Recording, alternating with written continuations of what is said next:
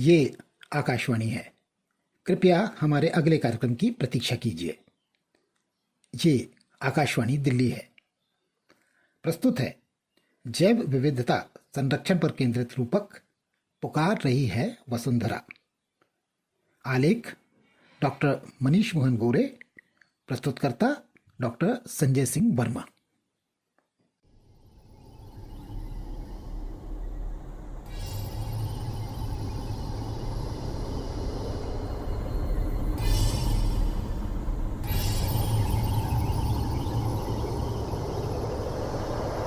मैं ब्रह्मांड हूं। मेरी उम्र तकरीबन 14 अरब वर्ष है। मैं अक्सर सोचता था कि शायद मेरे आंगन में जीवन की धड़कन कभी सुनाई नहीं देगी।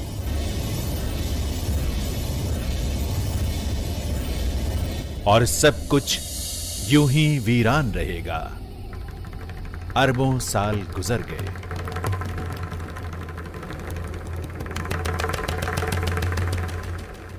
फिर एक दिन मेरे कानों में कुछ आवाजें सुनाई पड़ी। अरे, ये कैसी आवाजें मेरे कानों में पड़ रही हैं? परमपिता, मैं पृथ्वी हूं, आपके आंगन का एक छोटा ग्रह। अच्छा, तो तुम पृथ्वी ग्रह हो। तुम्हारी धरती से ये कैसी आवाजें मेरे कानों में पड़ रही हैं?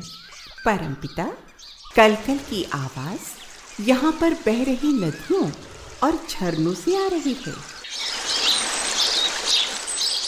और चहचहाने की आवाज पक्षियों की है। ओह, यहां का नजारा देखकर तो मैं दंग हूं। मेरे आंगन के एक ग्रह पृथ्वी में जीवन का संगीत आज मुझे सुनाई दे गया।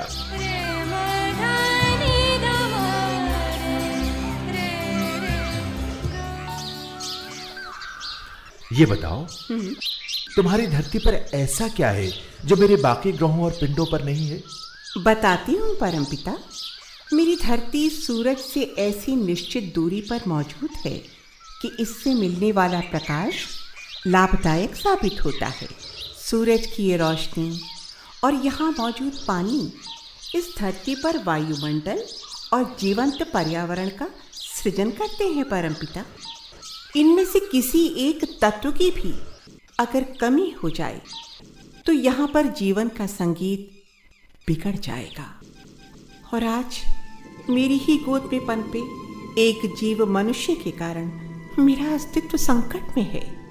शायद ग्रह के तौर पर मैं बची रहूं, मगर मेरा जीवन संगीत, ये हंसती खेलती प्रकृति हमेशा हमेशा के लिए नष्ट हो जाए। दोस्तों, इस बारे में मंथन किया जाना चाहिए। आज भी हर रोज 50 से 150 स्पीशीज खत्म हो रही हैं। आने वाले सालों में 8 में से 1 पक्षी और 1/4 जानवरों के भी विलुप्त होने का खतरा है। चाहे वो छोटे से छोटा जीव हो या बड़े से बड़ा जीव हो। पर्यावरण एवं वन मंत्रालय के पूर्व निदेशक डॉक्टर M.A. हक। चाहे वो पेड़ पौधे हों, चाहे वो जानवर हों, चाहे वो पशु पक्षी, मतलब कुछ भी हो, जीवाणु हो, सभी जैव विविधता का अंग है। समूची पृथ्वी की जैव विविधता को कुल 34 हॉटस्पॉट या केंद्रों में बांटा गया है, जिनमें से भारत के पास 2 हॉटस्पॉट हैं। पहला पूर्वी हिमालय और दूसरा पश्चिमी घाट। यहाँ की जैव विविधता बहुत ही समृद्ध है। अनेक प्रजातियों के स्थानिक जंतु और पौधे पाए जाते हैं। भारत में 47,000 से ज्यादा प्लांट स्पीशीज पाई जाती हैं और जानवरों की 89,000 से ज्यादा प्रजातियां हैं। सिर्फ 2.5% भूभाग होने के बावजूद ये जमीन दुनिया की 17% ह्यूमन पॉपुलेशन को, 18% एनिमल पॉपुलेशन को ये अपने में संजोए हुए हैं। जैव विविधता से हमें भोजन, कपड़े, दवाएं जैसी जीवन की हर चीज मिलती है। ये हमारे अस्तित्व के लिए आवश्यक है। विज्ञान प्रसार के वैज्ञानिक B.K. त्यागी। क्या आप भोजन में कोई ऐसी चीज खा सकते हैं जो बायोडाइवर्सिटी की देन नहीं है, यानी कि जो प्राकृतिक स्रोत है या पेड़ पौधे या जानवरों से नहीं आती है? जैव विविधता में अनेक प्रजातियों के जंतु और पेड़ पौधों के अलावा सूक्ष्म जीवों की भी अहम भूमिका होती है। भारतीय कृषि अनुसंधान परिषद में सूक्ष्म जीव अनुभाग की अध्यक्षा डॉक्टर अन्नपूर्णा। 1 ग्राम अगर सॉइल आप लेंगे तो उसमें आपको 1 मिलियन सेल से ज्यादा आपके पास माइक्रोब्स होंगे, चाहे वो बैक्टीरिया हो, फंगस हो, एक्टिनोमाइसीट्स हो, साइनोबैक्टीरिया है, प्रोटोजोआ है, अर्थवॉर्म्स हैं। ये सारे जो हैं हमारे डाइवर्सिटी के अंश हैं। सूक्ष्म जीवों की असंख्य प्रजातियां हमारे चारों ओर विद्यमान हैं, जो हमारे जीवन के लिए अति महत्वपूर्ण है। इनके क्षय पर प्रकाश डाल रहे हैं वनस्पति विज्ञानी डॉक्टर अखिलानंद राय। हमारे सामने आम है, इमली है, महुआ है, तमाम सारी प्रजातियां हैं। इसमें से कुछ कट रही हैं, घट रही हैं, लुप्त प्राय हो रही हैं, वो हमें दिखाई दे रहा है। लेकिन आपको क्या अंदाज़ा है कि जो ज़मीन के अंदर या हमारे अगल बगल में जो माइक्रो ऑर्गेनिजम्स हैं, सूक्ष्मजीवी हैं, वो किस रेट से घट रहे हैं? हमने एक पौधा उखाड़ा, उस पौधे से एसोसिएटेड बहुत सारे इंसेक्ट्स होते हैं, बहुत सारे एनिमल्स होते हैं, क्रीपर्स होते हैं, बग्स होती हैं और बहुत सारे सूक्ष्मजीवी होते हैं जो आपस में एक साथ रहते हैं। वो ये हमें आपको नहीं पता, लेकिन हम उसको उखाड़ देते हैं अपने स्वार्थ के लिए। अम्मा, तुम तो अपने खेत में गाय के गोबर से बनी खाद का इस्तेमाल करती हो, है ना? लेकिन देखो तो पड़ोस के हल्कू चाचा कोई दूसरी तरह की खाद का प्रयोग करते हैं जिसे वो बाजार से लाते हैं। बेटा, वो रासायनिक खाद कीटनाशक और उर्वरक होता है, उससे उपज बढ़ती है, लेकिन मिट्टी और पर्यावरण के लिए वो नुकसानदायक है। वो अम्मा, वो कीटनाशक जैसा कोई शब्द बोल रही थी तुम, ये क्या होता है? बेटा, फसलों में कीड़े लग जाते हैं, उन्हें मारने के लिए कीटनाशकों का इस्तेमाल किया जाता है, समझे? ये रसायनों से बनती है। ये कीड़ों को मारने के अलावा मिट्टी, हवा और पर्यावरण में भी पहुंचती है और इन सब की सेहत को खराब करती है, समझे? किसान भाई जो इनका इस्तेमाल करते हैं उन्हें भी इन रसायनों से खतरा बना रहता है। अच्छा सुनो, देखो हमारे माननीय प्रधानमंत्री जी क्या कह रहे हैं। एग्रीकल्चर इकोसिस्टम में पेस्टिसाइड्स बड़ी चिंता का विषय है। इसके उपयोग से फसल को नुकसान पहुंचाने वाले कीड़ों के साथ ही वो इंसेक्ट भी मर जाते हैं जो पूरे इकोसिस्टम के लिए जरूरी है। वर्तमान समय में एग्रो बायोडायवर्सिटी पर चर्चा, उस पर रिसर्च, ये बहुत अहम है। अम्मा, ये एग्रो बायोडायवर्सिटी तो बड़े कमाल की चीज है। अम्मा, ये रासायनिक कीटनाशक नुकसानदायक हैं? हाँ बेटा। अच्छा देखो बेटा, डॉक्टर अन्नपूर्णा हमें क्या समझा रही हैं, सुनो तो। जब भी हम कोई ऐसी दवाई यूज करते हैं, चाहे वो कीटनाशक हो या कोई भी दवाई हम यूज करते हैं, उसका प्रभाव इस बायोडाइवर्सिटी पर जरूर पड़ता है। तो इसलिए हम चाहेंगे कि जो भी ये केमिकल्स हैं, चाहे वो फर्टिलाइजर्स हो, पेस्टिसाइड्स हो, फंजीसाइड्स हो, जो भी हैं, इनका बड़ा सोच समझ के इस्तेमाल करें। और जितना ज्यादा आप ये गोबर का खाद हो, कंपोस्ट हो या फिर केंचुआ का जो कंपोस्ट हो, इन चीजों को अगर आप यूज करोगे तो आपका सॉइल का हेल्थ भी बरकरार रहेगा और क्रॉप की प्रोडक्टिविटी भी जो है सस्टेन रहेगी। अम्मा, हमें अपने पर्यावरण को सुरक्षित रखना चाहिए। देखो ना, यहीं से हमें जीवन के लिए सब कुछ मिलता है। मेरा बेटा तो बड़ा समझदार हो गया।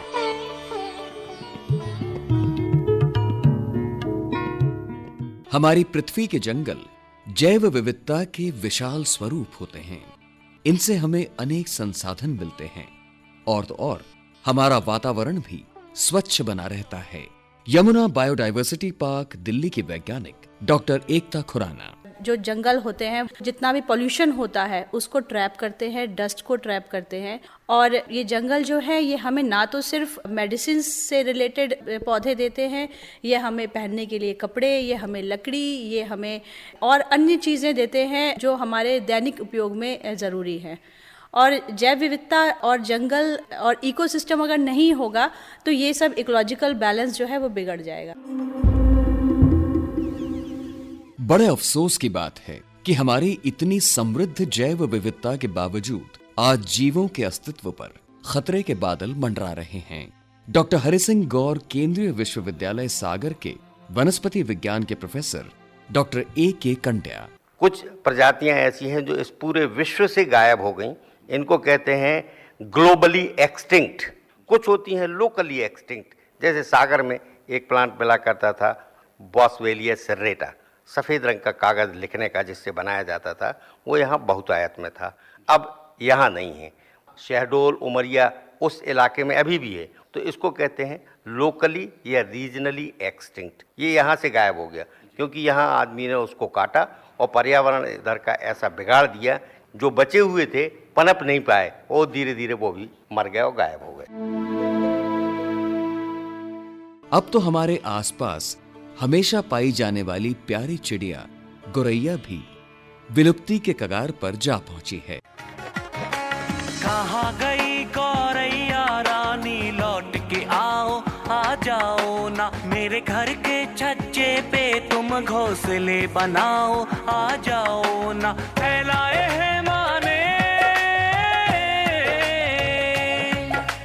फैलाए हैं माने आंगन में सूखने को दाने, दोस्त मेरी तुम चोंच में अपनी भर ले जाओ, आ जाओ ना। कहाँ गई गौरैया रानी, लौट के आओ, आ जाओ ना। एक तरफ तो वैज्ञानिक नई जीव जातियों की पहचान करने में जुटे हैं, मगर दूसरी ओर पहले से मौजूद अनेक जीव जातियां तेजी से लुप्त होती जा रही हैं। मानवीय गतिविधियां इसकी बड़ी जिम्मेदार हैं, क्योंकि प्राकृतिक रूप से विलोपन अधिक नुकसानदायक नहीं होता है। यमुना बायोडायवर्सिटी पार्क दिल्ली के वैज्ञानिक डॉक्टर फैयाज खुदसर। मैं उदाहरण स्वरूप बताऊंगा, डोडो जो बहुत सुंदर एक चिड़िया थी जिसको हमने खो दिया, मॉरिशस में आइलैंड पे मिलता था। लोग गए, बसे, अपने जानवर को लाए, तो लोगों ने चिड़िया को खाया और जानवर ने उसके नेस्ट को उड़ाया। अब डोडो खो दिया हमने। उसी तरह पिंक हेडेड डक हमारे देश में था, बांग्लादेश में था, म्यांमार में था। हमने घर बनाए ऊंचे, उनके घरों दे तोड़े, आज वो ख़त्म हो गए, पोस्टल स्टाम्प में वो हैं। वल्चर 97% लॉस हो गया वल्चर का। दिल्ली की नदी, इतनी सुंदर नदी, जब लॉन्ग स्नॉटेड क्रोकोडाइल थे, यहाँ टर्टल्स थी, यहाँ डॉल्फिन्स थे, जो हमने आज खो दिया।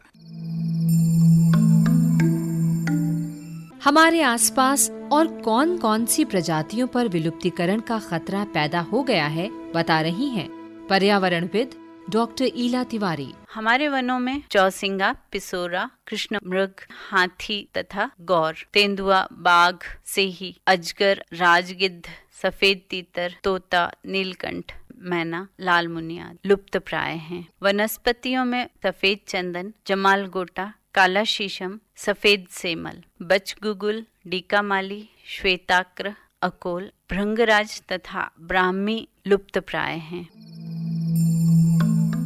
गिद्ध जैसे जंतु आज दुर्लभ हो रहे हैं। इन्हें प्रकृति के सफाई कर्मी के तौर पर जाना जाता है। पर्यावरण मंत्रालय के पूर्व निदेशक डॉक्टर M.A.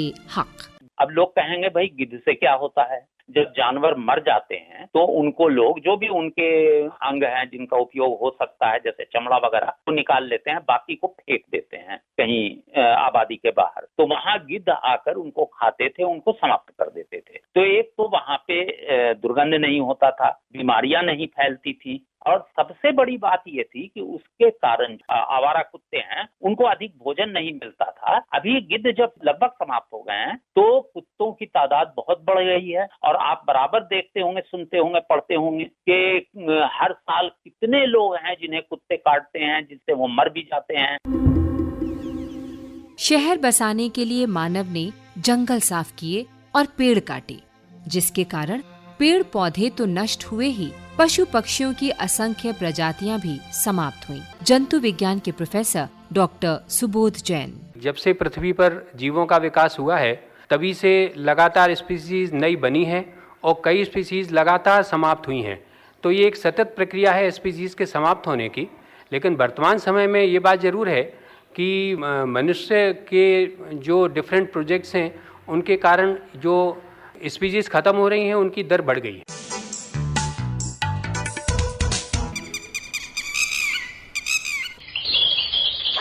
दादी, जंगल कितना अच्छा है। हाँ, देखो कितनी सुंदर चिड़िया हैं। वो देखो चितकबरी, वो हरी चिड़िया, देखो बच्चों कितने सारे कौवे, वो देखो पेड़ पर। ये कैसे चिल्ला रहे हैं? हाँ, चुप रहो, लगता है कुछ बात कर रहे हैं, सुनो गौर से। ऐसा ही चलता रहा तो हम कौवे भी दूसरे कुछ पक्षियों की तरह धरती से खत्म हो जाएंगे। बेटा, एक समय था जब हम कौवों के हर जगह रोज मेले लगते थे, खूब मस्ती होती थी, लेकिन अब सब खत्म हो गया। कल रतनपुर गांव के पास एक भैंस मरी थी, जिसका मांस खाकर 25 कौवे मर गए। मरेंगे और मरेंगे। ये आदमी आजकल अपने जानवरों को कैसा खाना खिलाते हैं, कैसी दवाइयाँ खिला रहे हैं, इनके मांस से हमें नुकसान हो रहा है। गिद्ध तो ऐसे लगभग पूरे के पूरे खत्म हो चुके हैं।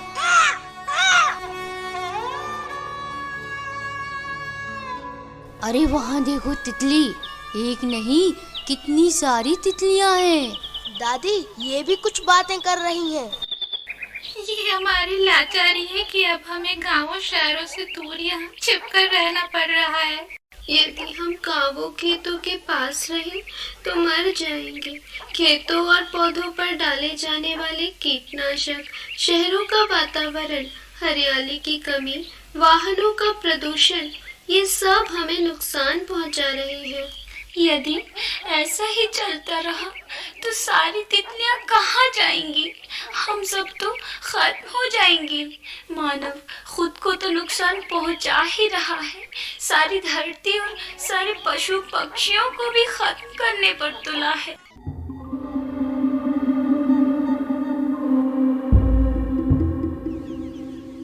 चार्ल्स डार्विन के अनुसार प्रजातियों का विलुप्तीकरण एक प्राकृतिक क्रिया है, परंतु मानवीय क्रियाकलापों ने इस प्रक्रिया को इतना तेज कर दिया है कि यदि हम अभी नहीं चेते तो पृथ्वी पर संपूर्ण जीवन नष्ट हो सकता है। डॉक्टर फैयाज खुदसर। हम जब मनुष्यों को देखते हैं तो मनुष्य ने ये ठानी कि हमें अपने को विलुप्त कर लेना है। हमारे आसपास जो जंगल थे उसको खत्म कर दिया, खाद्य श्रृंखला में हमने छेद कर दिया। जब छेद कर दिया तो हवा ठंडी आएगी कि गर्म, ये पता नहीं, तो ये गर्म हवा आ रही है। 2 पांव के जानवर जिसको मनुष्य कहते हैं, उसने हमेशा सोचा कि हम सुप्रीम प्राइमेट्स हैं और हम शायद दुनिया के सारी चीजों को सोच सकते हैं, लेकिन ऐसा वो कर नहीं पाया। सांस लेने के लिए हवा नहीं बना सकता, पानी नहीं बना सकता, उसके लिए जैव विविधता पे उसे निर्भर रहना पड़ेगा। वो आपके जीवन के लिए आवश्यक है, उसे बचाएं तभी आप बचेंगे। जैव विविधता के संरक्षण हेतु जहां अंतर्राष्ट्रीय स्तर पर ग्रीन पीस और पेटा जैसे संगठन कार्य कर रहे हैं, वहीं वैज्ञानिकों ने भी इस ओर ध्यान देना प्रारंभ कर दिया है। वनस्पति विज्ञानी प्रोफेसर A.K. कंड्या। जैव विविधता के बारे में जो पहला सम्मेलन हुआ था अंतर्राष्ट्रीय स्तर पर, वो रियो डी जेनेरियो में हुआ था 1992 की मई में। रियो डी जेनेरियो के बाद क्योटो में एक सम्मेलन हुआ जिसमें बहुत सारे समझौते हुए अनेक देशों के बीच में कि किस तरीके से प्रदूषण को घटाया जाए। प्रदूषण एक ऐसा कारण है जो बहुत सारी जैव विविधता को समाप्त कर देता है। IUCN नाम की एक संस्था है, international union for conservation of nature and natural resources, जिसका मुख्य ऑफिस स्विट्जरलैंड के ग्लैंड नाम की जगह में है। और इन्होंने सारी दुनिया के विभिन्न संस्थानों से जो शोध लोगों ने किए हैं उनको एकत्रित करके एक किताब बनाई है जिसका नाम है रेड डेटा बुक। और इस किताब में पूरी सूची है कि दुनिया के किस हिस्से में कौन कौन सी पादप प्रजातियां पाई जाती थीं जो अब लुप्त हो गईं, कौन कौन सी जंतु प्रजातियां पाई जाती थीं जो अब लुप्त हो गईं, किनके लिए जीवन अब कठिन हो गया है और लुप्त प्राय हैं, उनको बचाना हमारी सबसे बड़ी प्रायोरिटी है।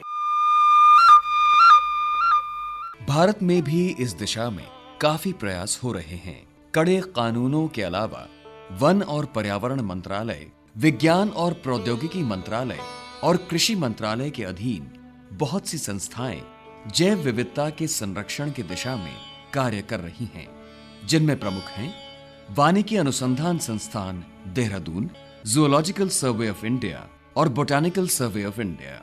इनके अलावा देश के सभी राज्यों के वन और पर्यावरण विभाग, असंख्य गैर सरकारी संस्थाएं और पर्यावरण के रक्षक और विशेषज्ञ भी अपने अपने स्तर पर जैव विविधता को बचाने के प्रयास कर रहे हैं।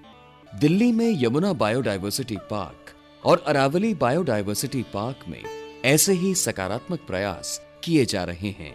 यमुना बायोडायवर्सिटी पार्क के वैज्ञानिक डॉक्टर फैयाज खुदसर। ये नमकीन जमीन थी, यहाँ पे कुछ भी उगाना असंभव था, लेकिन हमने घास और दलहन प्रजाति के जंगली पौधों के जरिए इस जमीन को इस लायक बनाया। और आज जो ये जंगल देख रहे हैं, ये 12 साल पुराना जंगल है। यहाँ पे मैमल्स छोटे देखेंगे, सिवेट है, यहाँ पे बार्किंग डियर भी है।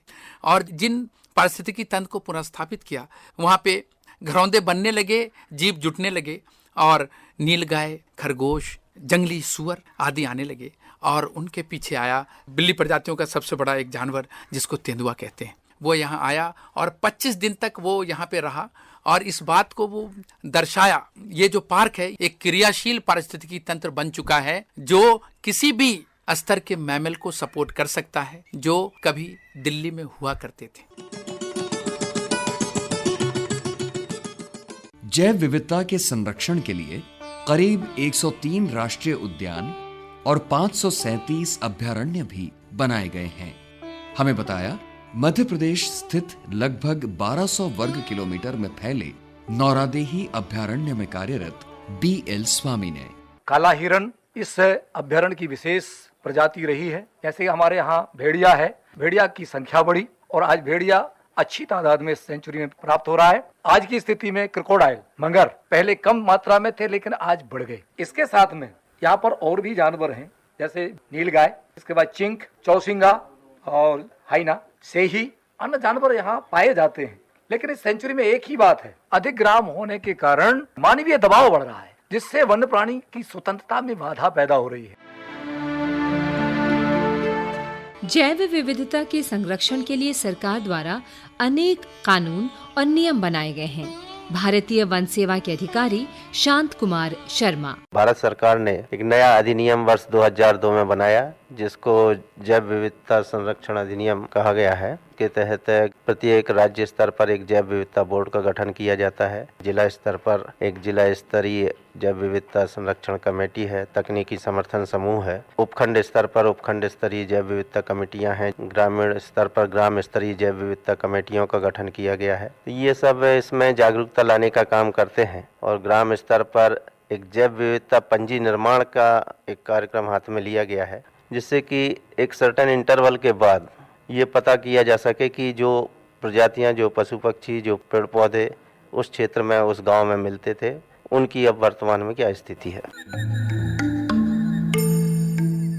जैव विविधता संरक्षण के लिए खासतौर पर बच्चों को जागरूक किए जाने की जरूरत है। इको क्लबों की भूमिका भी अहम होती है। पर्यावरण विभाग दिल्ली सरकार के वरिष्ठ वैज्ञानिक अधिकारी डॉक्टर BC साबत। इसे स्कूलों के माध्यम से हमारे एक इको क्लब स्कीम है दिल्ली सरकार का, इनका एक रजिस्टर बनाने के लिए हमने बुलाया, जो इसको बायोडाइवर्सिटी रजिस्टर बोलते हैं। जैसे ऐप है, बटरफ्लाई ऐप है, बटरफ्लाई कितना वेराइटीज़ का है, तो उसमें ऐप के जरिए में दिखाता है ये बटरफ्लाई कहाँ मिलता है, ये बटरफ्लाई क्या मिलते हैं। जैसे पेड़ पौधे के बारे में भी डिजिटलाइज हो रहा है, जैसे फिल्म्स है, डॉक्यूमेंट्री है, ये दिखाया जाता है। भारत सरकार की विज्ञान प्रसार जैसी संस्थाएं भी जैव विविधता को लेकर लोगों में जागरूकता को बढ़ावा देने में अपना योगदान दे रही हैं। विज्ञान प्रसार के वैज्ञानिक BK त्यागी। हम पूरे देश में स्कूलों के बच्चों के साथ, जो समाज के विभिन्न लोग हैं, उनके साथ हम लोग काम कर रहे हैं और काफ़ी सारी किताबें और एक एक्टिविटी किट बनाई है और समय समय पे कुछ ना कुछ करते रहते हैं। और उसमें एक जो सबसे बड़ा कहें कि जो बहुत ही पॉपुलर लेवल पे था, वो एक CD हमने निकाली थी, मैं हूँ इंडिया। सारे मुद्दे हमने इसमें उठाए और एक रिक्वेस्ट करी कि आप आ जाओ, और जिसकी वजह से आप हमसे रूठ के गए हो, हम उस माहौल को दोबारा से ठीक करने की कोशिश करेंगे। सुनी है घर की बगिया, द्वार पड़ा है खाली, आओ ना आबाद करो फिर से वही खुशहाली। देंगे हम अब तिनके, देंगे अब हम तिनके, करते हैं ये सच्चे वादे। बुनो घोंसले बुनकारी की कला सिखाओ, आ जाओ ना। कहाँ गई गौरैया रानी, लौट के आओ, आ जाओ ना। साथियों, बायोडायवर्सिटी आगामी पीढ़ियों की धरोहर है। हम सब मिलकर सामूहिक प्रयास से ये सुनिश्चित करें कि नेचुरल रिसोर्सेज हम अपनी भावी पीढ़ियों के लिए उसी रूप में उन्हें सौंपें जिस रूप में हमारे पूर्वजों ने इसे हमें सौंपा था। तुमको बिजली प्यारी है, हमको धरती प्यारी है, हमको धरती प्यारी है, तुमको बिजली प्यारी है। बड़े बांध विनाशक है, बड़े बांध विनाशक है, हमको हमको हमको जंगल प्यारे हैं, हमको जंगल प्यारे हैं। मां वसुंधरा की पुकार को यदि आज भी मनुष्य ने अनसुना किया, तो आने वाली पीढ़ी शायद हमें कभी माफ नहीं करेगी, कभी माफ नहीं करेगी।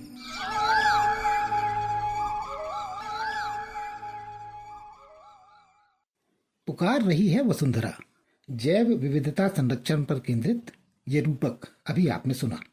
आलेख डॉक्टर मनीष मोहन गोरे, वाचक स्वर राष्ट्रीय त्रिवेदी और मनोज माइंडकर, प्रतिभागी स्वर डॉक्टर ऋतु राजपूत, जनेन्द्र सिंह, बेबी समीक्षा साहू, सक्षम साहू, रचना तिवारी, अतुल श्रीवास्तव, सुमित दुबे, सतीश साहू और बेबी संजना सिंह। प्रस्तुतकर्ता डॉक्टर संजय सिंह वर्मा। श्रोताओं, आपको ये कार्यक्रम कैसा लगा?